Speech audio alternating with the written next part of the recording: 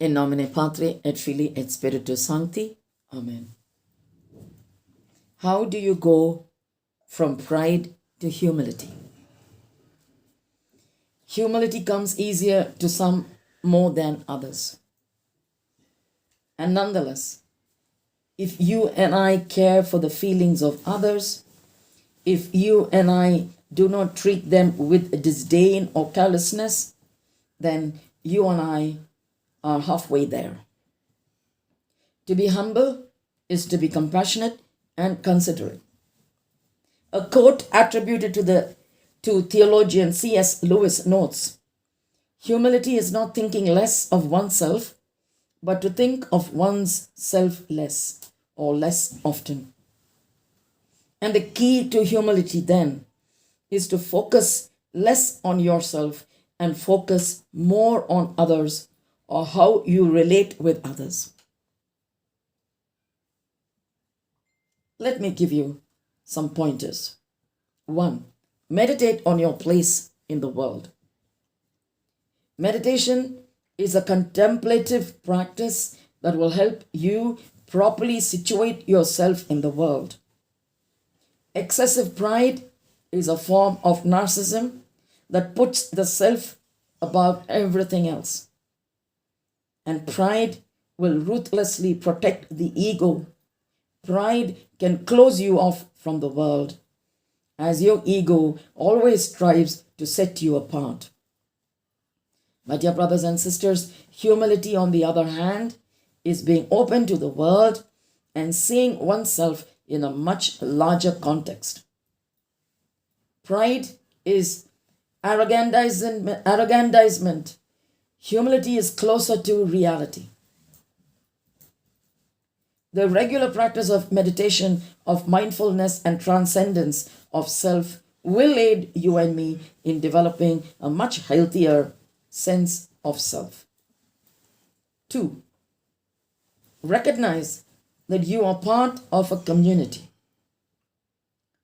Perhaps the easiest path to pricking self-importance is to remember that it takes billions of people for the world to turn, and while we are caught up in our own activities, we cannot function alone. If a meteor crashed into Earth tomorrow and you and I were the sole survivors, how long would we last? Every person in the world is unique, has a place, and has a function. Illiterate or literate, blue collar worker or white collar worker, able bodies or differently abled. And there are myriad things that make the world go round and make your life easier, makes my life easier, and we cannot possibly take on all these tasks. Looking at respect, what others can do for you and me. Point 3. Some skills are more valued than others, but the very fact that you yourself cannot do a job offhand should already earn your respect. Being stranded with a malfunctioning car makes you value the services provided by a good mechanic. Plagued by termites makes you and I value the services of pest control. A heart attack makes us value the services of a doctor and nutritionist. You and I can pay for these services, but having the capacity to offer payment does not place you above the person offering his services. Don't stand in the way, brothers and sisters. Point number 4, do not stand in the way. Perhaps you are used to getting your way. Perhaps I am used to getting my way, used to a leadership position, and have never been overlooked. However, you do not always have to be the leader. I do not always have to be the leader, the one who makes the decisions, particularly if it concerns a group. You and I do not always have to be the person who is right. How sure are you that your ideas are not already shared by others, or that there are no better ways to accomplish something? Let us learn how to listen first before we speak. Step back and be part of the group. Be among them rather than always on top of them.